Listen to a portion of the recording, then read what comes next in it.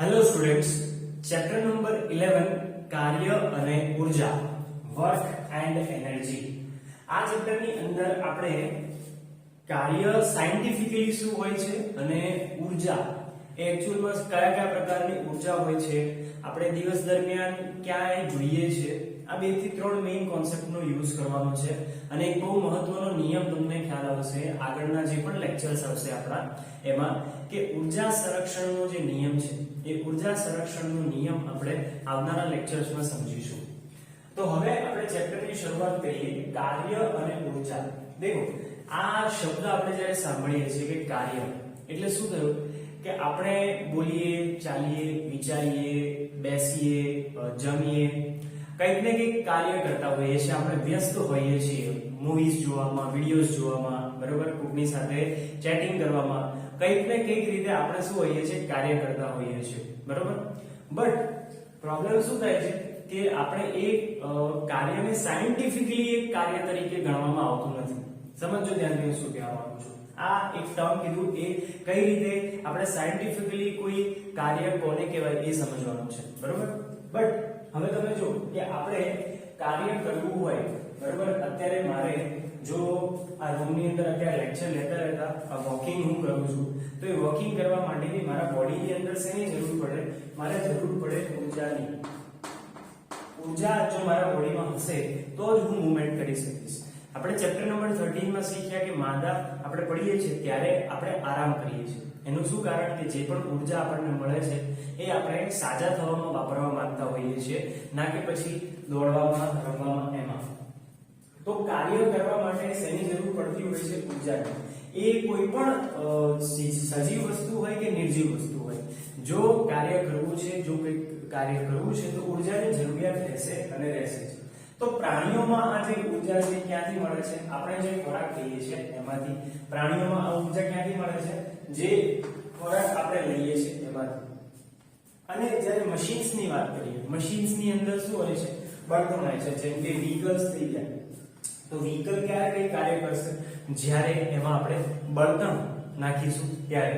Petrol, diesel, whatever, CNG gas જે પણ હશે એ બળતણ હશે તો જ એ કાર્ય કરી શકશે, અધરવાઇઝ એ કોઈ કાર્ય કરવા માટે સક્ષમ નથી. તો હંમેશા યાદ રાખવું કે કાર્ય કરવું હોય તો ઉર્જાની જરૂર પડે. અને પ્રાણીઓમાં ઉર્જાનો જે સ્ત્રોત છે એ છે એમના દ્વારા લેવામાં આવતો ખોરાક. અને મશીન્સ જે છે, નિર્જીવ વસ્તુઓ છે, એમાં બળતણની જરૂર પડે. હવે એવું નથી કે પેટ્રોલ, ડીઝલ જ બળતણ છે. જેમ કે મોબાઈલ ફોન થઈ ગયો તો એમાં બેટરી છે એ પણ એક બળતણ તરીકે કામ કરે છે. પંખો છે તો એમાં વિદ્યુત જે છે એ પણ એક બળતણ તરીકે કામ કરે છે. બળતણ એટલે શું? ફ્યુલ. કે કોઈ મશીન્સને કામ કરાવવા માટે આપણે જે કંઈ પણ અંદર ઇનપુટ આપીએ છીએ એ બળતણ તરીકે ઓળખાય, બરોબર.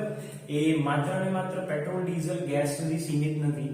એ કોઈ પણ મશીન જ્યારે કંઈ કાર્ય કરે છે તો એ બળતણ તરીકે ઓળખાય છે. ટ્યુબલાઇટ છે એની અંદર વિદ્યુત ઉર્જા છે તો એ બળતણ છે એના માટે. સો કાર્ય કરવું હોય તો અલ્ટિમેટલી ઉર્જાની જરૂર પડે. હવે જ વિડિયોની શરૂઆતમાં મેં તમને કીધું કે વાંચવું, લખવું, બોલવું, વિચારવું આવી જેવી ક્રિયાઓ છે એમાં આપણે એમ કહીએ કે કાર્ય થયું છે એવું કહેવાય નહીં. આવી વસ્તુ તમે સાંભળીને એમ થશે કે અમે તો આટલી બધી મહેનત કરી પણ છતાં અમે કોઈ કાર્ય કર્યું જ નહીં, એવું કઈ રીતે પોસિબલ? જેમ કે હું અહીંયા ઊભો છું, હું બોલું છું, વિચારું છું, લખું છું, કંઈક ને કંઈક કરું છું, બટ છતાં સાયન્ટિફિકલી, વૈજ્ઞાનિક રીતે જો એમ કહું કે મેં કેટલું કાર્ય કર્યું તો એ છે 0. એનું કારણ એ છે કે વૈજ્ઞાનિક ભાષામાં કાર્ય કરવાને એક નવી વ્યાખ્યા આપવામાં આવી છે. એક એક્ઝામ્પલથી સમજીએ કે અહીંયા માની લો કોઈ વ્યક્તિ ઊભો હોય, બરોબર, અને આ વ્યક્તિ અહીંયા એક આ ભારે બ્લોક પડ્યું છે, બરોબર, પથ્થર પડ્યો છે મોટો, અને એને ધક્કો મારવાનો પ્રયત્ન કરે છે, બરોબર, ખસેડવાનો પ્રયત્ન કરે છે કે રસ્તામાં એને જવામાં મુશ્કેલી પડે છે તો એને ધક્કો મારીને ટ્રાય કરે છે કે ભાઈ ખસી જાય, પણ પથ્થર એટલો ભારે છે કે એના દ્વારા ખસતો નથી. તો અહીંયા આ વ્યક્તિ દ્વારા કરવામાં આવેલું કાર્ય કેટલું કહેવાય છે? શૂન્ય. કે એને કોઈ કાર્ય કર્યું જ નથી એવું કહેવામાં આવે. તો પછી પ્રશ્ન એમ થાય કે કોઈ વ્યક્તિ કે કોઈ મશીન દ્વારા કાર્ય કરેલું ક્યારે કહેવાય? એ આપણે હવે સમજીએ. તો કે જ્યારે પણ બળથી ગતિ, મતલબ કે કોઈ પદાર્થ ગતિમાં આવી જાય, ધારો કે કોઈ ધક્કો મારીએ આપણે અને એ પદાર્થ જો ગતિમાં આવી જાય તો એ કાર્ય કર્યું કહેવાય, પહેલી કન્ડિશન. બીજી કન્ડિશન કે જો પદાર્થ સ્થિર હોય તો ગતિ કરવા લાગે, જો પદાર્થ સ્થિર હોય તો ગતિ કરવા લાગે, અને ગતિ કરતો હોય તો સ્થિર થઈ જાય. ફરી એકવાર કહું છું કે બળથી ગતિ એને મળવી જોઈએ, કે બળ હંમેશા ગતિ ઉત્પન્ન કરે છે એવું હોવું જોઈએ. મતલબ કે અહીંયા આ જે વ્યક્તિ છે એ શું કરે છે, ધક્કો લગાવે છે, બરોબર. અને ધક્કો લગાવે છે એનો મીનિંગ શું થયો કે કંઈક નું કંઈક બળ વાપરી રહ્યો છે, ઊર્જા વાપરી રહ્યો છે પોતાની, પણ છતાં એ પથ્થર ત્યાંનો ત્યાં જ છે. એનો મતલબ શું થયો કે લાગતા બળ દ્વારા પદાર્થની ગતિ થઈ નથી. એનો મતલબ કે થયેલું જે કાર્ય છે એ છે શૂન્ય. પહેલી કન્ડિશન કે બળથી ગતિ ઉત્પન્ન થવી જોઈએ અને જો પદાર્થ સ્થિર હોય તો ગતિમાં આવવો જોઈએ, બરોબર. થર્ડ કન્ડિશન છે એનો વેગ બદલાય. વેગ કઈ રીતે બદલાઈ શકે, બે રીતે બદલાઈ શકે. કે એક તો એની ગતિ ધીમી હોય તો ઝડપી થઈ જાય, ઝડપી હોય તો ધીમી થઈ જાય, આ રીતે. અને બીજી રીત છે કે જે દિશામાં ગતિ કરતો હોય એની દિશા બદલાય તો એને આપણે કહીએ છીએ વેગમાં ફેરફાર આવે કહી શકાય. કારણ કે વેગ એટલે શું કે નિશ્ચિત દિશામાં થતી ગતિ. વેલોસિટી એટલે શું થયું કે નિશ્ચિત દિશામાં થતી ગતિને આપણે વેગ કહીએ છીએ. તો જો બળ લગાડીએ અને વેગ બદલાય તો આપણે કહીએ છીએ કે એ પદાર્થે ઉપર કાર્ય કરવામાં આવ્યું છે. ત્યારબાદ આપણે વાત કરીએ નંબર 4 કે આકાર બદલાય. આકાર બદલાય એટલે કોઈ વસ્તુ ઉપર આપણે જ્યારે બળ લગાવીએ તો એનો આકાર બદલાવો જોઈએ. જો આ ચારે ચાર કન્ડિશન ફૂલફિલ થાય તો એમ કહી શકાય કે મશીન કે સજીવ દ્વારા કોઈ પદાર્થ ઉપર બળ લગાવ્યા બાદ કાર્ય થયું છે. અધરવાઇઝ એ કાર્ય કેવું કહેવાય છે, શૂન્ય કહેવાય છે, ઝીરો છે. જો આના સિવાય કશું થાય નહીં, આ ચારે ચાર કન્ડિશન ફૂલફિલ ના થાય તો કાર્ય કેવું થઈ ગયું, ઝીરો. હવે કાર્ય એટલે શું થાય એક્ચ્યુઅલી માં સમજો. હવે થોડું આપણે ઈઝી લાગશે કેમ કે આ પોઈન્ટ આપણને સમજવામાં આવી ગયો. તો કાર્ય એટલે શું કે જ્યારે બી બળ લાગે ત્યારે શું થાય, પદાર્થ ગતિ કરવાનું ચાલુ કરી દે. જો ગતિ કરતો હોય તો સ્થિર થઈ જાય, એના આકારમાં ફેરફાર આવે. ઉદાહરણ તરીકે બળદ ગાડું છે તો આપણે શું કરીએ છીએ, એક ગાડું હોય એની આગળ બળદ લગાવીએ તો એ શું કરે, ઊર્જા લગાવે અને એને કોઈ એક દિશામાં લઈ જશે, આગળ લઈ જશે. તો મતલબ કે બળદ દ્વારા, સજીવ દ્વારા ગાડાની જે જગ્યા હતી શરૂઆતમાં એ બદલાઈ ગઈ અને હવે બીજી જગ્યાએ એ આગળ જઈ રહ્યું છે. ફોર એન એક્ઝામ્પલ મશીન છે. મશીન દ્વારા જેમ કે આપણું વ્હીકલ છે, વ્હીકલ બી શું છે, એક પ્રકારનું મશીન છે. તો એ મશીનને આપણે એક્સેલરેટર આપીએ તો એક જગ્યાએથી બીજી જગ્યાએ જશે, બરોબર. એન્જિન આપણને એક જગ્યાએથી બીજી જગ્યાએ લઈ જવાનું કામ કરશે. તો અહીંયા શું થયું કે આપણી જે ગતિ હતી એ સ્થિર હતી અને જેવું બળ લગાવ્યું એવી આપણી ગતિ વધી ગઈ. આપણે સ્થિર નહીં પણ ગતિમાં આવી ગયા. તો એવા જે પરિબળો છે કે જેમાં પદાર્થની ગતિ બદલાય, સ્થિર હોય તો ગતિમાં આવી જાય, વેગ બદલાય અથવા આકાર બદલાય, ત્યારે કાર્ય થયું છે એમ કહેવાય, બરોબર. હવે તો આને કઈ રીતે થોડું સાયન્ટિફિકલી સમજી શકાય કે કાર્ય એટલે શું થઈ ગયું કે કાર્ય એટલે જે બળ લાગે છે કોઈ પદાર્થ ઉપર અને જે સ્થાનાંતર એ કરે છે. હવે સ્થાનાંતરનો મીનિંગ શું થાય કે માની લો કે પોઈન્ટ A આગળથી પદાર્થ ગતિ કરવાની શરૂ કરે છે, બરોબર. પોઈન્ટ B આગળ એ સ્ટોપ થઈ જાય છે. આટલું ડિસ્ટન્સ એ કવર કરે છે. ઉદાહરણ તરીકે એ આટલું ડિસ્ટન્સ કવર કરે છે પોઈન્ટ A થી B સુધીમાં. તો એને કાપેલું અંતર કેટલું થયું કે A થી B સુધી. ઉદાહરણ તરીકે એમ કહું કે એ 5 કિલોમીટરનું અંતર છે. પોઈન્ટ A થી B સુધી 5 કિલોમીટરનું અંતર છે. તો એને અંતર કેટલું કાપ્યું છે, 5 કિલોમીટરનું. હવે પાછો એ ઘરે આવે છે, મતલબ કે પહેલી વખત એ જાય છે બહાર, ઘરની બહારની તરફ 5 કિલોમીટર દૂર અને ત્યાંથી કોઈ વસ્તુ લઈને પાછો આવે છે પોતાના ઘરે. તો અગેન B થી પાછો A સુધી આવવા માટે એને અગેન 5 કિલોમીટરનું અંતર કાપવું પડશે. તો એ ટોટલ અંતર કેટલું કાપે છે, 10 કિલોમીટરનું. પણ અત્યારે સ્થાનાંતર એનું કેટલું થઈ ગયું, સ્થાનાંતર થઈ ગયું 0. કારણ કે સ્થાનાંતરનો મતલબ શું થાય કે જે એનો શરૂઆતનો પોઈન્ટ હતો, શરૂઆતનું જે બિંદુ છે જ્યાંથી એને ગતિ કરવાની શરૂઆત કરી અને જ્યાં એ પૂરી કરે છે ગતિ, તો એ બંને વચ્ચેનું જે લઘુત્તમ અંતર છે, ઓછામાં ઓછા અંતરને સ્થાનાંતર કહેવાય. કારણ કે સ્થાનાંતરને આપણે દર્શાવી શકીએ સ્થાન વત્તા અંતર. આ બે શબ્દો જ્યારે છૂટા પડે તો એનો મીનિંગ થાય કે એ પોતાના સ્થાનથી કેટલા અંતરે છે. તો એનું સ્થાન શરૂઆતનું કયું હતું, A. તો એ એના સ્થાનથી કેટલા અંતરે છે. જો અહીંયા એ ગતિ પૂરી કરી દેશે, માની લો B ઉપરથી એ પાછો આવતો નથી, તો એનું સ્થાનાંતર કેટલું થઈ જશે, 5 કિલોમીટર. પરંતુ જો એ પાછો આવે છે અને અહીંયા ઉભો રહી જાય છે તો એ પોતાના સ્થાન ઉપર જ છે જે એનું શરૂઆતનું સ્થાન હતું. તો એ પોતાના સ્થાનથી કેટલા અંતરે છે, તો કે 0, ત્યાંનો ત્યાં જ છે. તો સ્થાનાંતર એ શું થઈ ગયું કહેવાય, 0 થઈ ગયું કહેવાય. તો કાર્ય બી શું છે કે કાર્ય એ લાગેલું બળ છે અને બળ દ્વારા થતા સ્થાનાંતરનો ગુણાકાર છે. એટલે કાર્ય એટલે શું થાય કે બળ ગુણ્યા સ્થાનાંતર. એને ઇંગ્લિશમાં આપણે કહીએ work is equals to force into displacement. Displacement એટલે સ્થાનાંતર. આને સંજ્ઞા જે છે વર્કની મતલબ કાર્યની જે સંજ્ઞા છે એટલે w, ફોર્સની સંજ્ઞા છે f અને ડિસ્પ્લેસમેન્ટની સંજ્ઞા છે સ્મોલ d. તો આ આપણી પાસે જે સૂત્ર છે એની મદદથી આપણે શું કરી શકીએ, આપણે એનો એકમ નક્કી કરી શકીએ. કેમ કે વર્ક જે છે, કાર્ય જે છે એ કેવી રાશિ છે, સદિશ રાશિ છે કે વર્ક કોઈ એક નિશ્ચિત દિશામાં બી થાય છે અને એનું મૂલ્ય પણ હોય છે કે કેટલા અંતરે છે અને કેટલા મૂલ્યથી એ ગયો છે આગળ કોઈ પદાર્થ, તો કે કેટલી ઝડપથી ગયો છે, કેટલું બળ લાગ્યું છે, તો એનો એકમ શું થાય, ફોર્સનો એકમ શું થાય છે ન્યૂટન.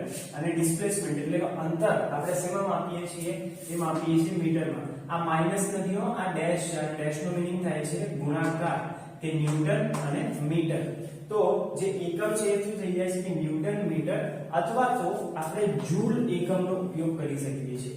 આ જૂલ એટલા માટે ઉપયોગમાં લઈએ છીએ કારણ કે કાર્ય એ ડાયરેક્ટલી સંબંધિત છે કોને, ઊર્જાને ડાયરેક્ટલી સંબંધ ધરાવે છે અને ઊર્જાનો એકમ પણ જૂલ થાય છે. એટલે જૂલ અને ઊર્જા અને કાર્ય બંને એકબીજાને કેવા છે, સમપ્રમાણમાં છે કે જેટલી ઊર્જા હશે એટલું કાર્ય તમે કરી શકશો. તો એવું કહેવામાં આવે છે કે જો 1 જૂલ કાર્ય કરાવવું હોય તો કેટલા બળની જરૂર પડે, 1 ન્યૂટન બળની અને 1 મીટર અંતર કાપવું જોઈએ, ત્યારે એમ કહેવાય કે 1 જૂલ કાર્ય થયેલું છે.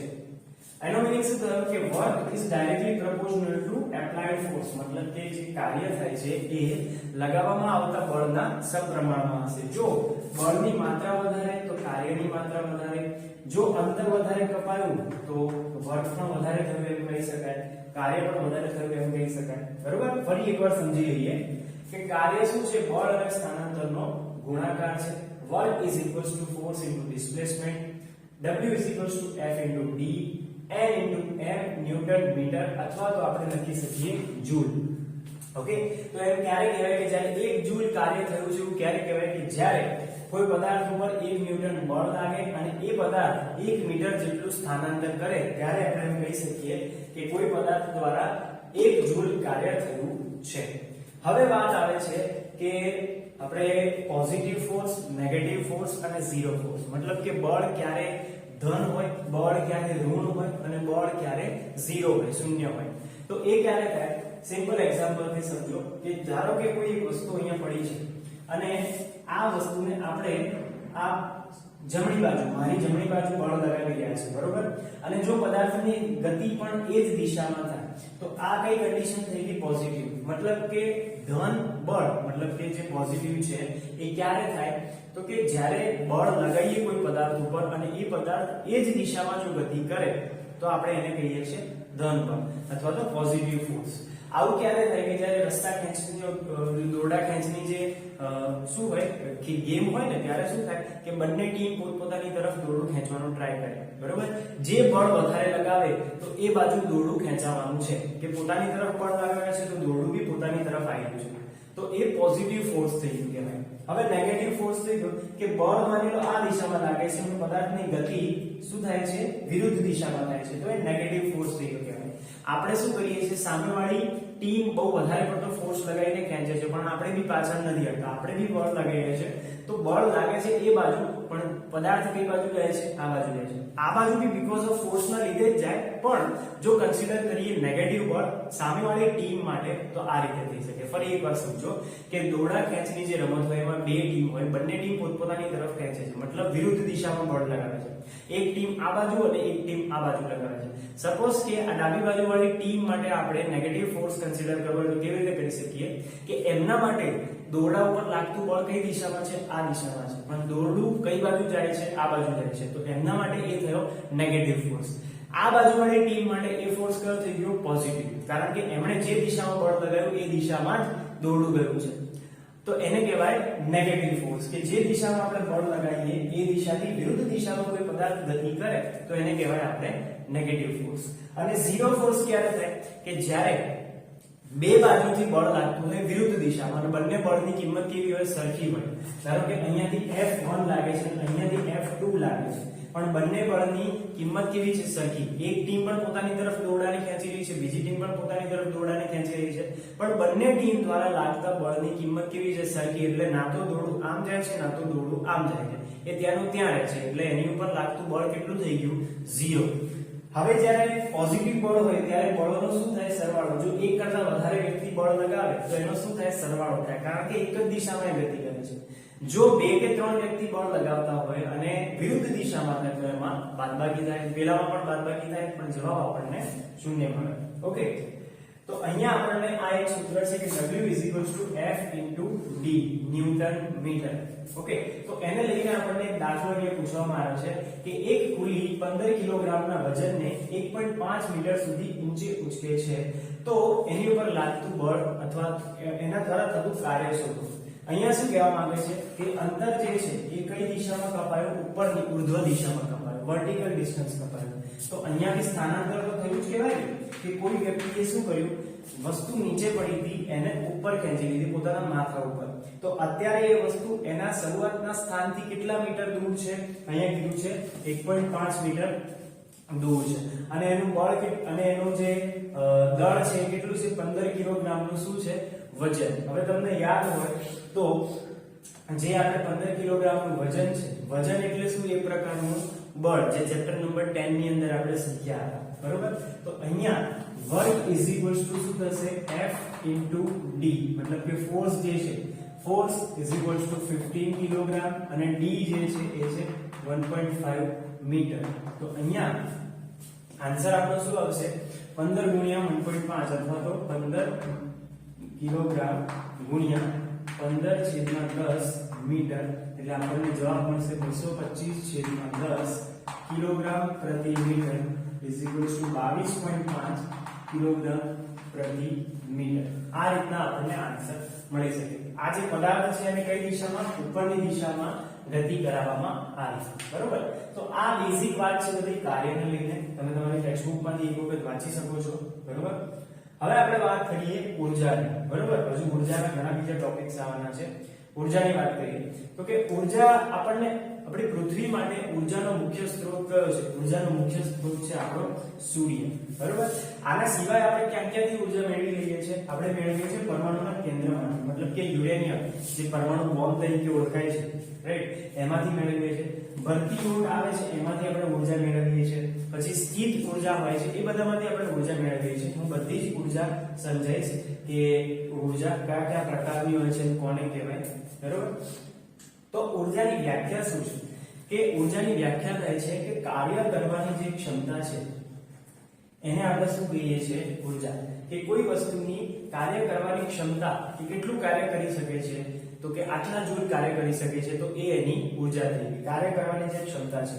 તો અગેન ફરીથી જૂલ એનો એકમ થઈ શકે અને આ જૂલ છે ને ઘણો નાનો એકમ છે. 1 જૂલ એટલે બહુ નાનો અમાઉન્ટ થાય. તો એને આપણે આગળ લગાવીએ છીએ કે નો મીનિંગ થાય કિલો અને કિલો નો મીનિંગ થાય 10 ની 3 થાય. તો એ ગુણાકારમાં જાય જૂલના કરી દે 1000 જૂલ.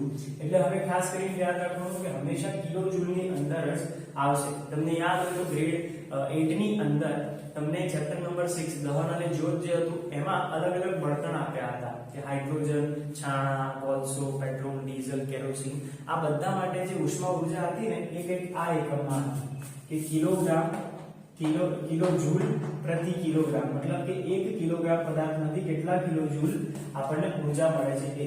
તો અહીંયાથી kJ મતલબ કે કિલો જૂલ એટલે કે ઘણી વધારે માત્રામાં આપણને ઉર્જા. કારણ એને શું છે કે લગાવવાનું કે જે લખવું પડે એ થોડું શોર્ટમાં થઈ જાય. હું એમ કહું કે 25000 કિલો જૂલ. હવે કિલોની જગ્યાએ જો હું k હટાવી દઉં અને પાછળ બીજા 3 એટલે કે 25 લાખ જૂલ આટલી મોટી સંખ્યા મારે લખવી પડે. તો એને મિનિમાઇઝ કરવા માટે આપણે k નો ઉપયોગ કરીએ છીએ. હવે પ્રશ્ન એ થાય કે કયા પ્રકારની ઊર્જા હોય? તો નંબર 1 જેમ કહું કે પ્રકાશ ઊર્જા જે આપણને સૂર્યમાંથી મળે છે. પછી અત્યારે ગરમીની સીઝન ચાલી રહી છે તો કે ઉષ્મા ઊર્જા એક એનો પ્રકાર છે, ઉષ્મા ઊર્જા. ત્રીજો આપણે કહીએ વિદ્યુત ઊર્જા, એના વગર આપણને ચાલતું નથી અત્યારે. ચોથું આપણે જે ખોરાક કહીએ છીએ તો કે રાસાયણિક ઊર્જા એક એનો પ્રકાર છે. પછી કોઈ વસ્તુ ગતિમાં છે તો ગતિ ઊર્જા.